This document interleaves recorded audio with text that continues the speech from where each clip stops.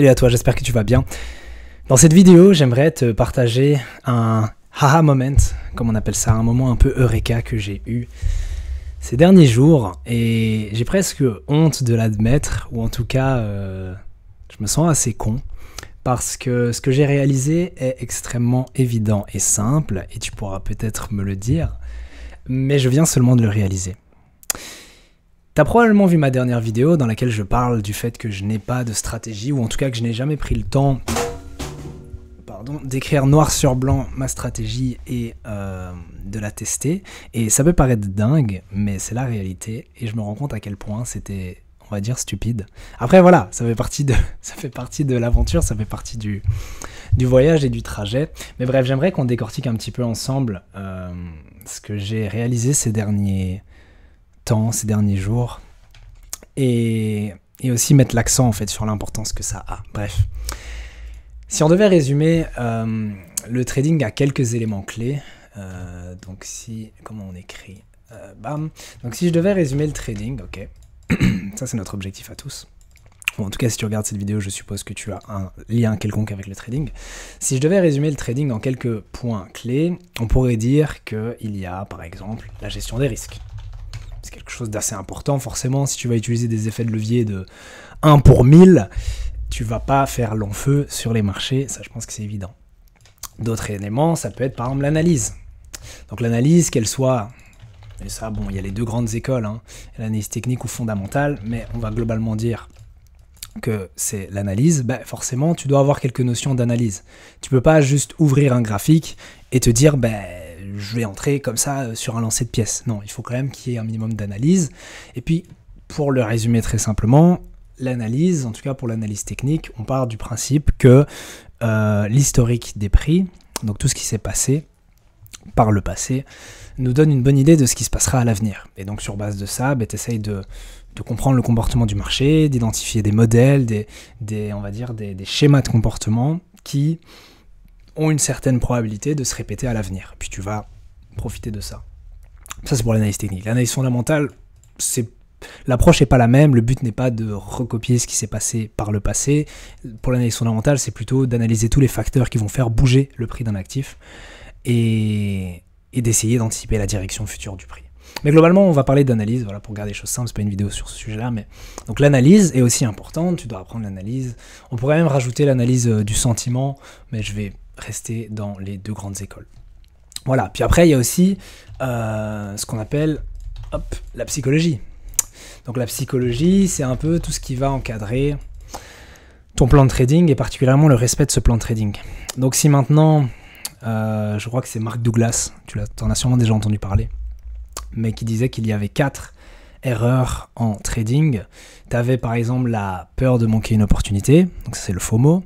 Tu avais, je me souviens plus, ça fait longtemps, tu avais la peur de laisser de l'argent sur la table, donc c'est typiquement quelqu'un qui a une position gagnante, mais qui ne veut pas la clôturer et qui veut la garder ouverte juste pour voir s'il peut faire un peu plus de profit. T'as la peur de perdre de l'argent, t'as la peur aussi de se tromper, et si je dis pas de bêtises, c'était les 4 peurs principales qui t'amènent à faire des erreurs en trading.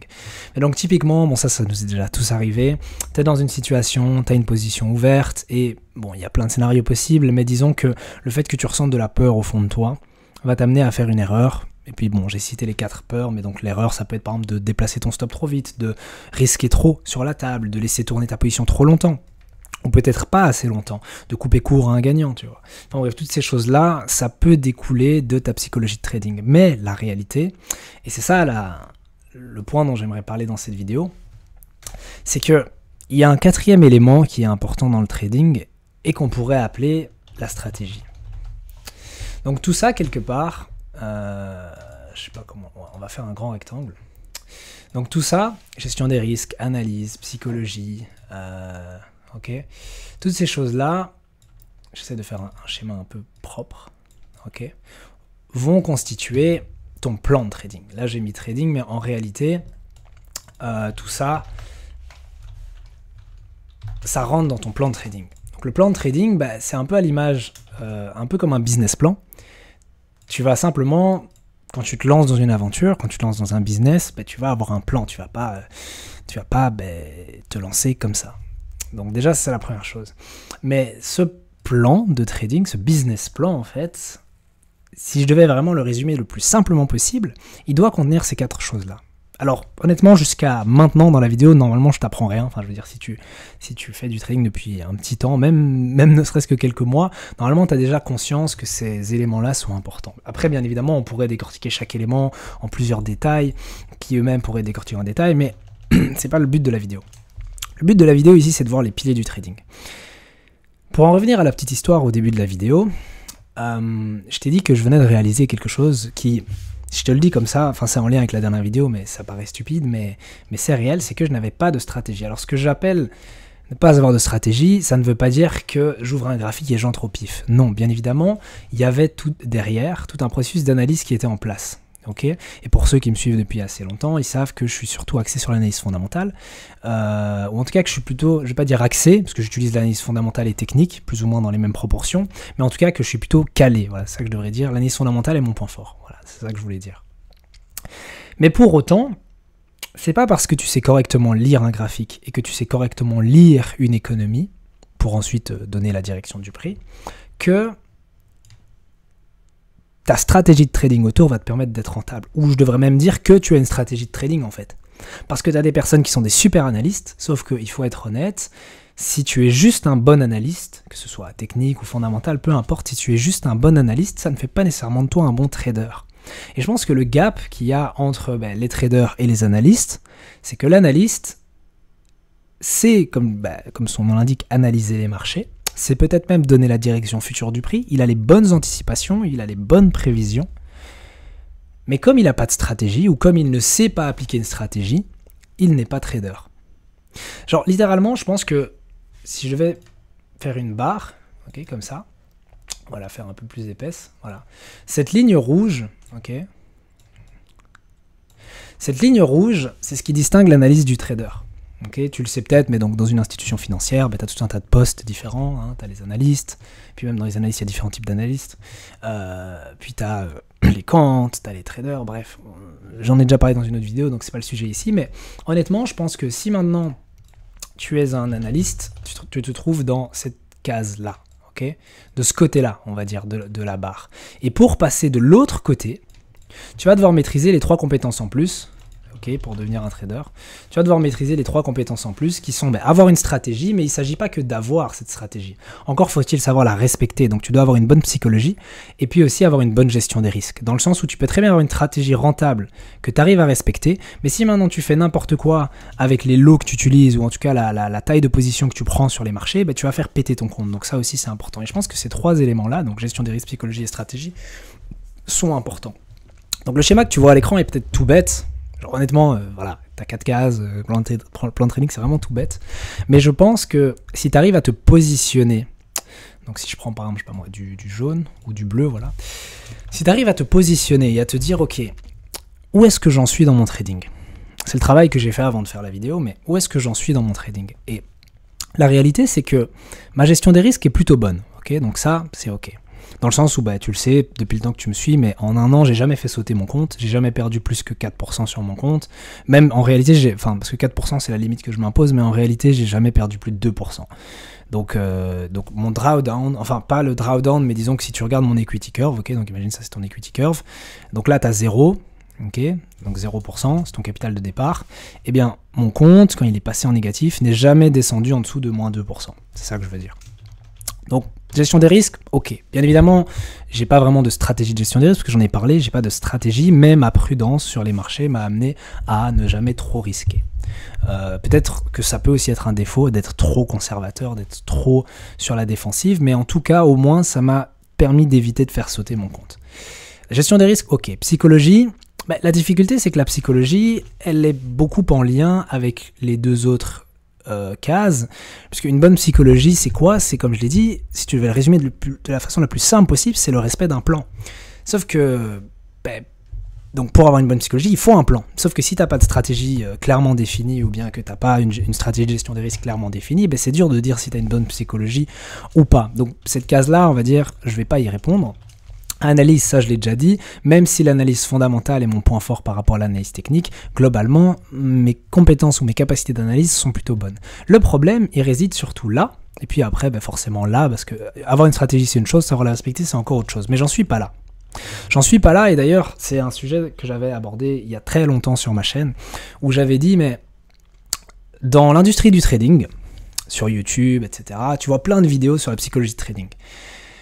Ton problème c'est la psychologie trading, t'as pas une bonne psychologie trading, platati patata, tu dévides ton plan, c'est pas bon, t'es pas assez discipliné, t'es pas... Donc voilà, plein de vidéos, je crois qu'au moins 80%. Genre littéralement, je pense que si tu devais regarder le trading sur YouTube, ça se divise en deux catégories. T'as vraiment les vidéos d'analyse technique, et puis t'as les vidéos de psychologie trading.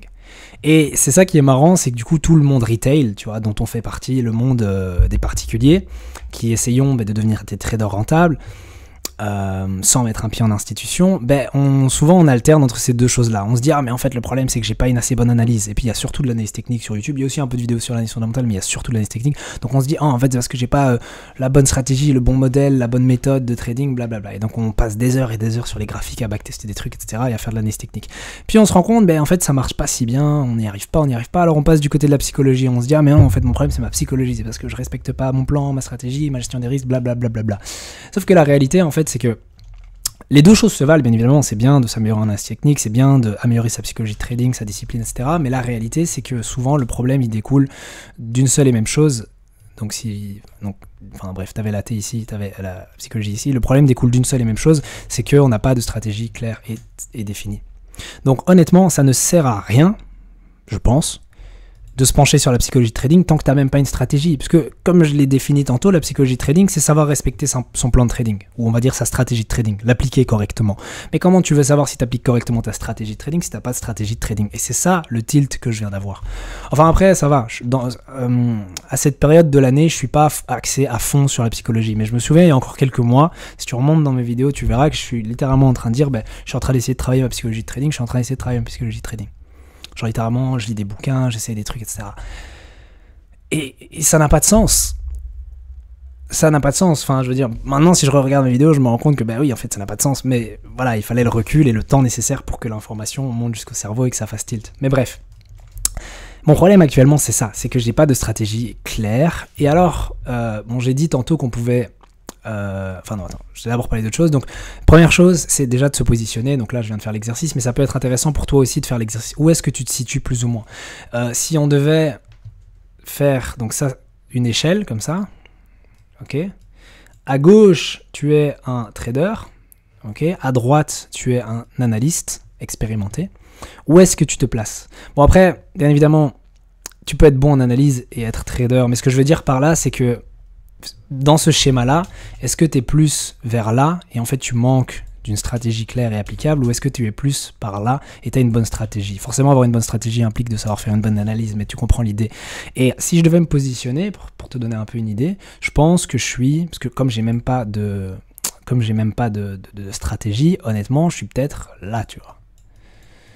Dans le sens où j'ai des bonnes connaissances en analyse, mais j'ai pas de stratégie de positionnement, on va dire, d'entrée, de sortie, j'ai pas de stratégie de gestion de trade, j'ai pas de stratégie de gestion des risques. Alors après, quand je dis pas de stratégie, ça veut pas dire que j'ai aucune connaissance de ces choses-là, mais ça veut simplement dire que c'est très arbitraire, c'est très aléatoire quand je vais sur un graphe et que je me positionne. Bien évidemment, en fait, j'applique tout ce que j'ai appris à faire, mais le problème, c'est que... Enfin, j'en parle dans la vidéo, la dernière vidéo, donc je t'invite à aller la regarder, mais disons juste que mon approche n'est pas systématique. Dans son sens du terme système. Je n'ai pas un système de trading clairement défini qui me dit tu entres quand tu as tel critère. Et du coup, ça me fait entrer, non pas de façon complètement aléatoire, mais un petit peu aléatoire. Peut-être qu'une fois, je vais attendre d'avoir 3 paramètres. Une autre fois, je vais en avoir 4, 5. Et le problème, c'est que je n'entre pas systématiquement avec un certain nombre de paramètres fixes qui me permettent d'avoir une certaine consistance dans des marchés qui sont plutôt inconsistants. Bref, je vais effacer tout ça. Donc je disais... À partir du moment où tu arrives à savoir plus ou moins où tu es et de quoi est-ce que tu manques, tu peux commencer à travailler justement sur cette chose qu'il te manque. Un petit instant, j'efface tout ce qui est inutile.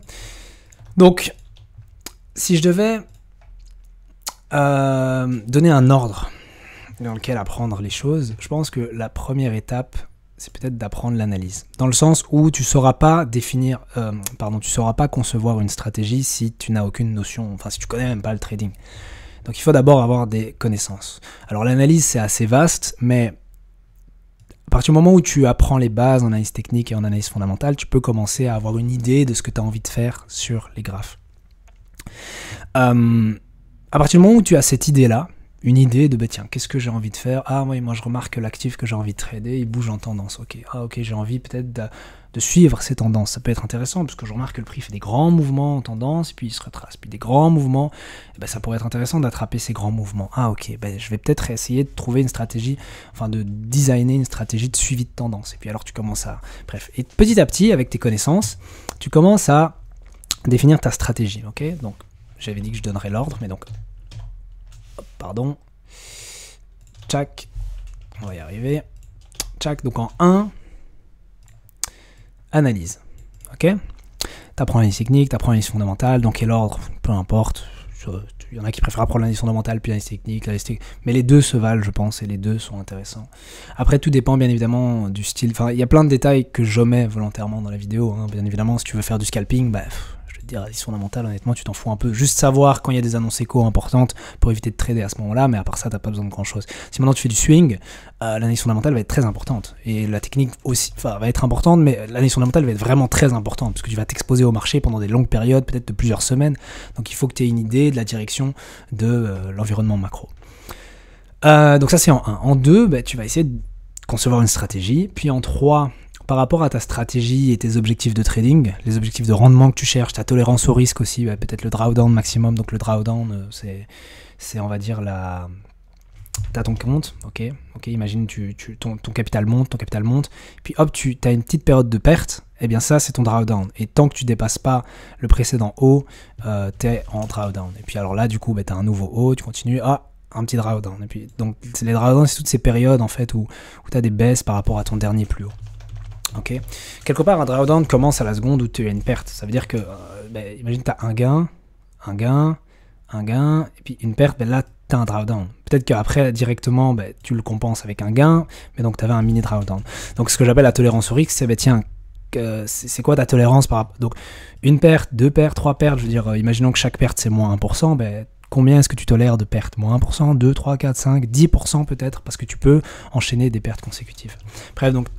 Ce que je veux dire par là, c'est que sur base de ta stratégie, tu vas avoir tout un tas de stats. On va en parler après, mais tu vas, une fois que tu vas la tester, avoir toutes tes statistiques. Et ces statistiques vont te dire, tiens, ta stratégie, elle a tel facteur de profit, le risque maximum, donc le drawdown maximum que tu peux avoir, il est de X%, le profit moyen, il sera de X% par trade, perte moyenne de X% par trade, blablabla, le nombre de trades, enfin bref. Et tu auras tout un tas de stats qui vont te permettre après de te dire, ok, sur base de ces données-là, quel serait, on va dire, le positionnement idéal? Est-ce qu'avec une stratégie comme ça, je devrais risquer X%, ou alors peut-être que ça dépend... Enfin, voilà, en tout cas, c'est pas nécessairement aussi linéaire, c'est pas nécessairement genre, ok, grâce à ma stratégie ABC, je peux avoir un risque de 1% par trade tout le temps. Non, peut-être que la stratégie de gestion des risques va être plus complexe que ça, mais en tout cas...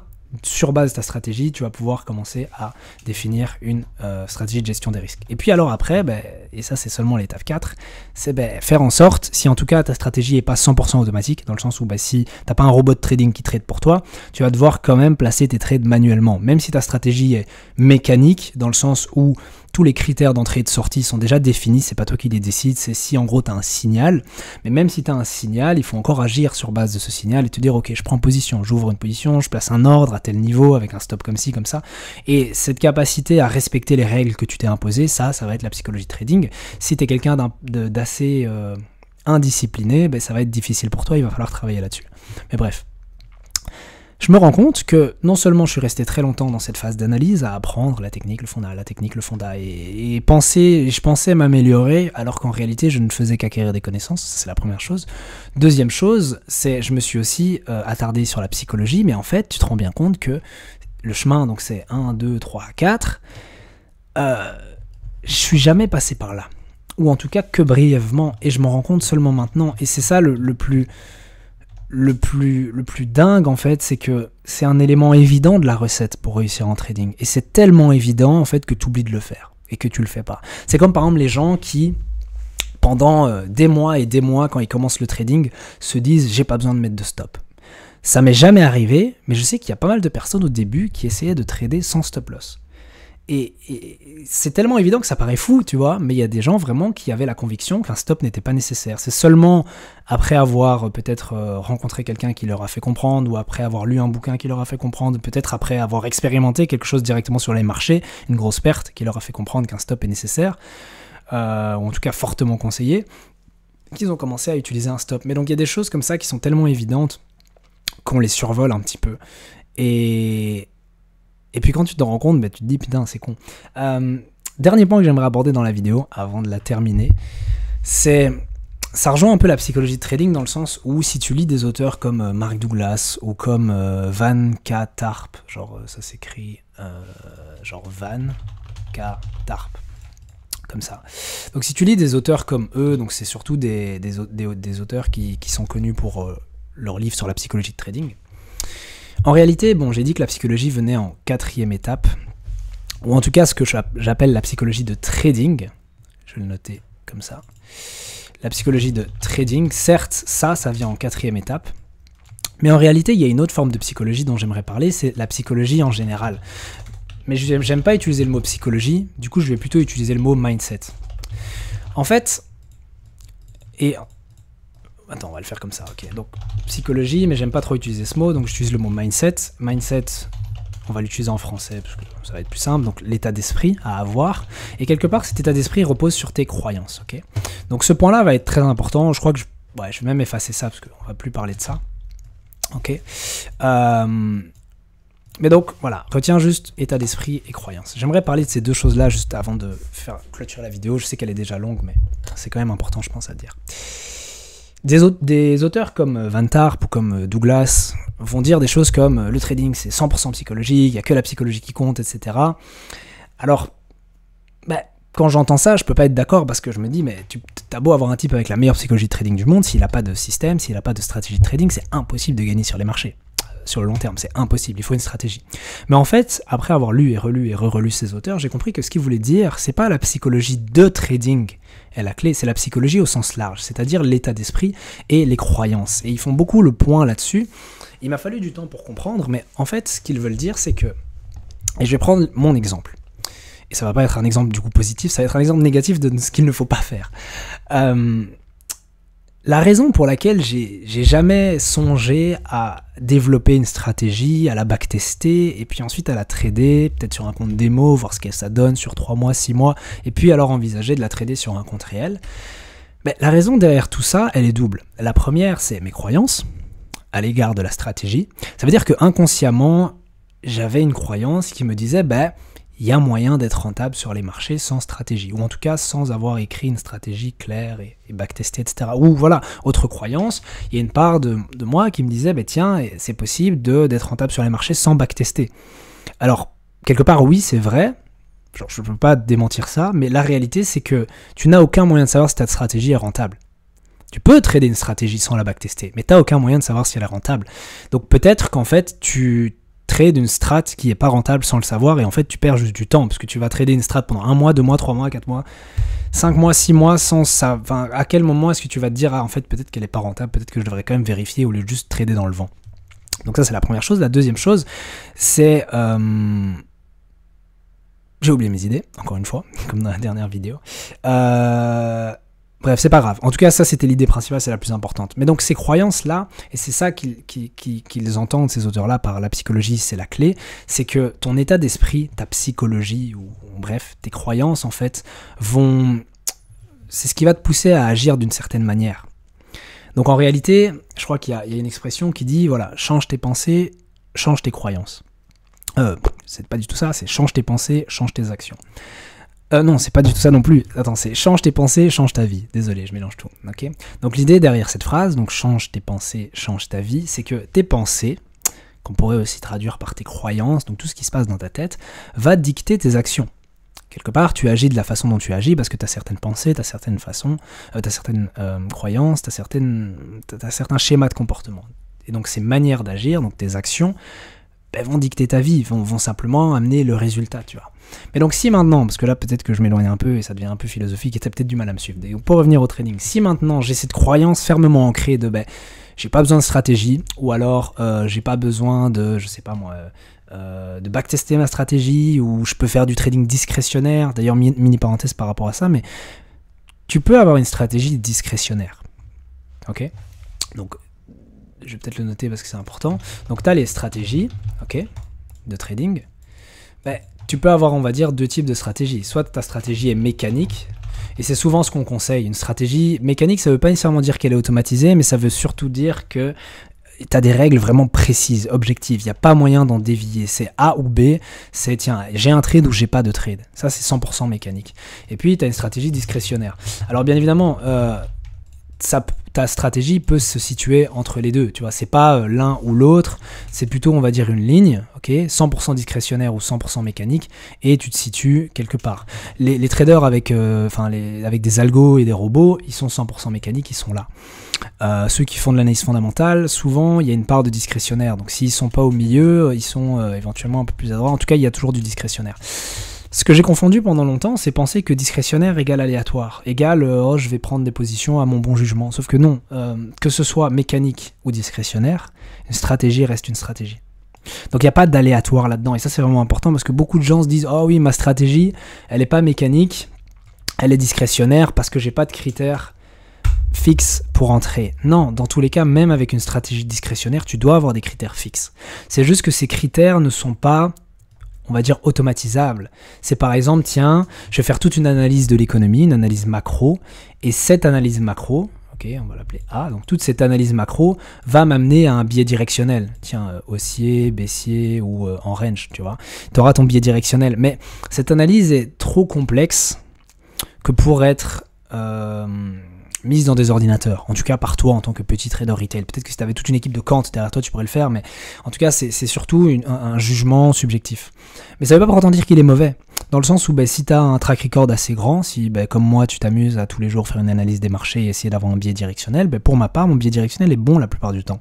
Donc ça veut dire qu'avec mon analyse, fonda, j'avais dit d'ailleurs que l'analyse fondamentale était mon point fort, j'arrive à avoir le bon biais directionnel. Mais c'est pas mécanique, je pourrais pas, c'est vraiment la lecture d'articles, l'analyse de certains indicateurs économiques, de certains rapports, de discours, toutes ces choses-là mises ensemble, et puis mes connaissances aussi en macro me permettent après de me dire ok, je pense que tel actif va monter, descendre, rester neutre, ou on attend peut-être telle annonce, peut-être que les traders se positionnent en anticipation d'un résultat, etc. Mais donc tout ça c'est discrétionnaire à 100%. Mais pour autant, et elle est là mon erreur, c'est que à la fin, tu dois quand même avoir une stratégie sur base de cet aspect discrétionnaire. Donc l'aspect discrétionnaire, ça peut peut-être être ton biais, te dire, tiens, sur base de mon évaluation subjective, j'estime que le prix va aller dans telle direction jusqu'à tel niveau de prix, peut-être.